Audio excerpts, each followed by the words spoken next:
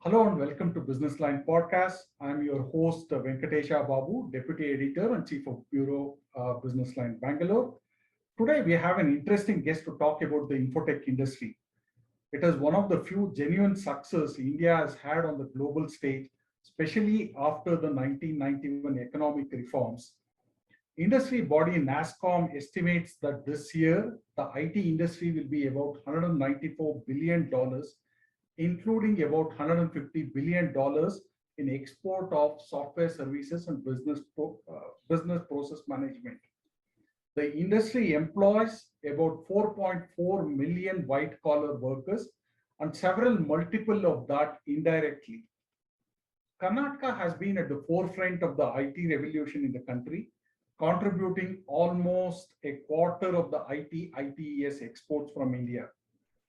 The person who is tasked with facilitating growth of the sector is the dynamic Minister for Higher Education, Information Technology and Biotechnology, Dr. C.N. Ashwath Narayan. He is a qualified physician. Dr. Narayan did his MBBS from the Kasturba Medical College, Manipal. Prior to entering public service, Dr. Narayan was an entrepreneur running a clutch of educational institutions. Apart from the above mentioned portfolios, Dr. Narayan is also in charge of the skill development and entrepreneurship in the state. Welcome to Business Line Podcast, Dr. Narayan. Thank you, sir.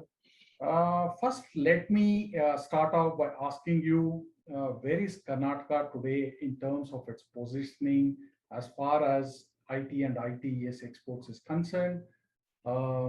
Does it still continue to punch above its weight as far as the contribution to the national export of software services and PPM?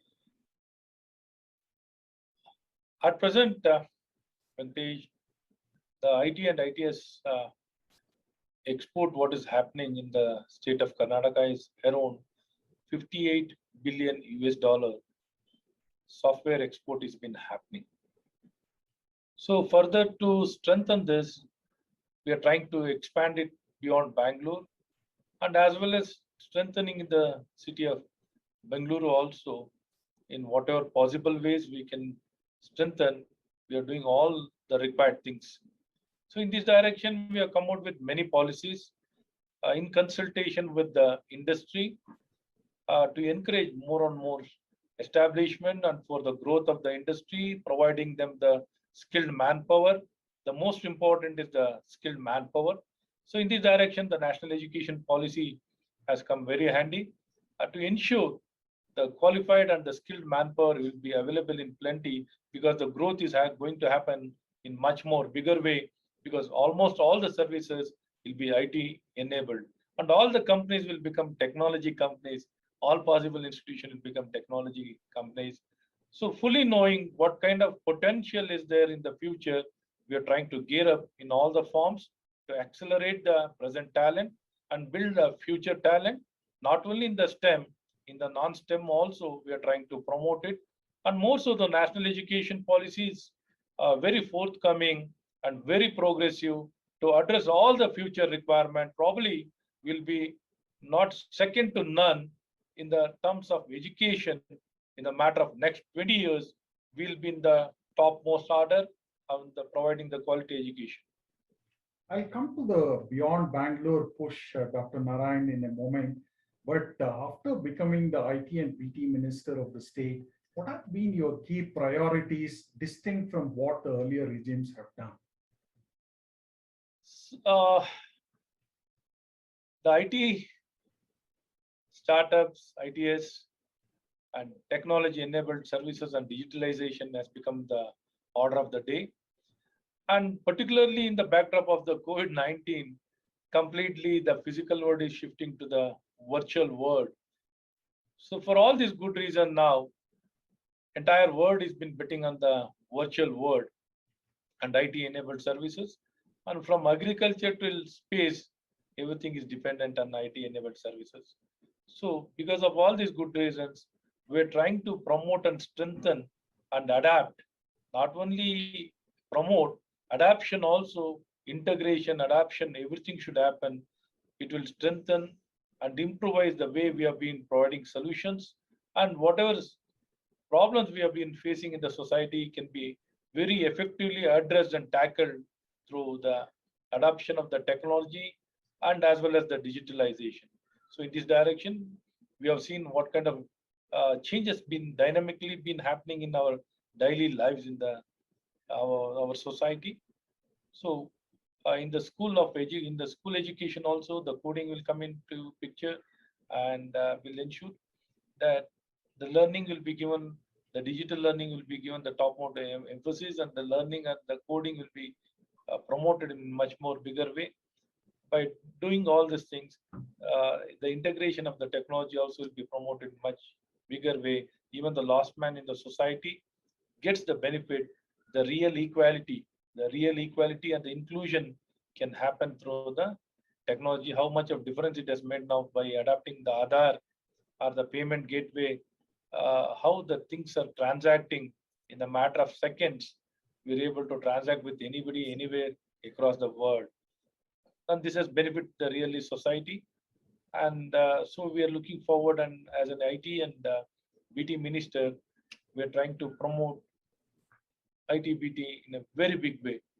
Sir, the criticism in the past has been that the industry is too concentrated in Bangalore, choking up the infrastructure of the city. The city has not been able to keep up pace with the kind of growth which the IT industry has seen.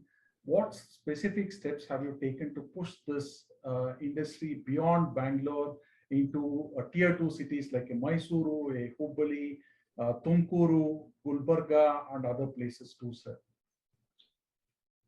Since we want a uniform growth of the state, not just a concentrated growth, we want to have a uniform growth across the state in this direction. We are trying to take the technology, startups, innovation, everything beyond Bangalore. So in this direction, we have come out with many policies beyond Bangalore policy, IT policy, ESDM policy, engineering R&D policy. Many more policies have been brought out to encourage the establishment of the companies beyond Bangalore, and as well as the growth of the industry. We are expecting the growth in next 5 years to the growth to happen not less than 6 times of the present size. So this 6 times the growth, if it is going to happen, only Bangalore cannot absorb all these things in the next 5 years. Probably extending it beyond Bangalore will be the best solution, and that's the way forward. So we are trying to avail these benefits of the opportunity what has been there within next few years. And along with this, the COVID-19 has become more conducive for us to take it beyond Bangalore. Since earlier they never even imagined that the things can be done from remote places, from anywhere, or work from home. The services can be provided. That kind of confidence was not there earlier. Now the COVID has shown you can work from anywhere. Many of them have moved back to their respective places. So now this confidence has been created, and even the companies are quite comfortable allowing things to go on beyond Bangalore. India this year created more unicorns than even China. Traditionally, Bangalore has been the startup capital of India. What have you done to further foster this startup culture, and any specific steps taken by your government, sir? As you rightly pointed out, now more than 50 to 60% of the unicorns are from the state of Karnataka, that particularly Bangalore. And we are very proud of it. And such kind of entrepreneur, innovators, startups are based in the state of Karnataka. It is a real pride for the state and the people of the state that such a good number of startups or the unicorns are from the state.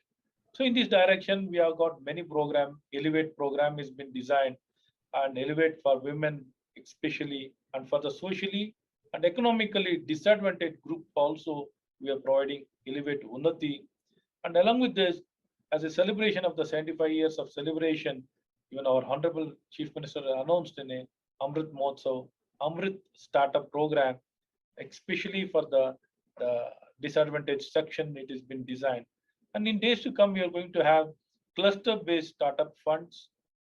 We are going to provide more and more funds for the cluster-based, and we are going to encourage in every possible area the startups and along with this, the procurement policy, what has been announced in the state of Karnataka, we are giving a lot of space for the startups to get into the procurement of the state procurement.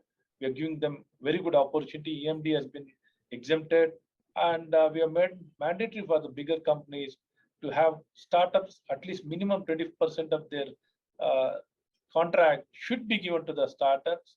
And even the startups have been given eligibility criteria in the terms of experience and in the turnover. Exception has been given up to 2 crores of supply can be done by the startups to various departments in the state of Karnataka. By doing all these things, we are encouraging the newer companies and the new startups to come forward, be part of the supply chain, and getting them a lot of employment and business opportunity. And more so with regard to the ecosystem, it has become a culture. It has become a culture in the state of Karnataka, and we are coming out with many policies which is conducive and very encouraging. And we have brought in an innovation authority wherein the startup, whatever has been initiated, whichever becomes successful, whatever the tweak in the laws or the changes in laws to be brought in, we are doing it in a very rapid and very good response, or the immediate response will be given to be brought to bring out the new laws, which is conducive and encouraging for the startups. And with regard to the funding and the investors also, if you look at the kind of investment in being happening in the state of Karnataka, more than 50% of the foreign direct investment coming into the India is been 50% of the share has been taken by the Bengaluru and Karnataka. And more so, many investors are based in Karnataka and Bangalore.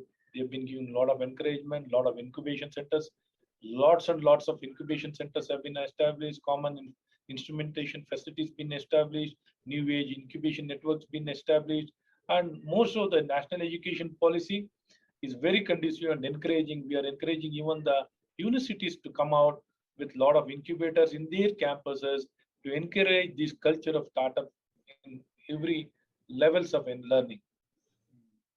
In terms of deploying technology to ensure more effective governance, what steps has the Karnataka government taken in the recent past, sir? Sir, from the year 2000 itself, government of Karnataka took a lot of interest in the terms of digitalization and adapting of the technology. In this direction, the Bhumi was the first project which was initiated in the state of Karnataka. And It has with been regard to, replicated nationally. Bhumi yes, was a project which was nationally and internationally, it was recognized. E-markets, which was initiated in the state of Karnataka. Like that, many programs were initiated in the state of Karnataka. Now we are providing the platform in all the departments so that these platforms are made use to simplify the entire process, and the governance has been based on e-governance. E-governance based governance we are providing, so that earlier we used to talk about providing the services to the doorsteps. We have gone ahead and we're now telling the services is at the fingertips. We're trying to provide the services at the fingertips. Now digitalization of education has been happening in a very rapid pace. The state of Karnataka, it is not just limited to the edutech companies. The same has been adapted by the government of Karnataka with regard to the medtech, even in the health tech, health field also. We're trying to completely adapt the digital technology and ensuring the medical technology remote services is being provided across the state. And in all possible, all departments, technology has become the way forward to easily provide the services and reach out to the every possible person in the any given place, any given situation. So Aadhaar also has become very unique. Uniquely, Aadhaar has encouraged the digitalization, and along with the Aadhaar, the payment gateway has also encouraged. The e-commerce has been growing, and all these good reasons we can do extremely well. The ecosystem is growing so well, and I think we can flourish. The flourishing of the technology will happen, and this has become the way forward. Whichever society makes use of it, it will benefit a lot, and they can do well. Starting Wednesday, the 17th of this month, you have the Bengaluru Tech Summit, which is the 24th edition of that. What are you trying to achieve by holding the summit? How many countries have you partnered with? And who all are well-known speakers who will be talking at this Tech Summit, sir? Now, we are expecting more than 30 countries to participate in the Global Innovation Alliance and in the Bengaluru Tech Summit. The Global Innovation Alliance is been growing in a very big way. The collaboration has been happening between government to government, institution to institution, and between the business stakeholders. The kind of platform what has been created, easily the Global Innovation Alliance countries are able to easily interact with all the stakeholders, particularly with the innovators and technology companies. Very easily, the platform has been simplified, and more so, the startup companies are also benefited in a very big way because they are able to understand and get information what is happening in the counterparts on the other side, and as well as showcase with them the kind of advancement what has happened here, and get the potentially sharing of information and collaboration can happen between country to country, company to company, and institution to institution.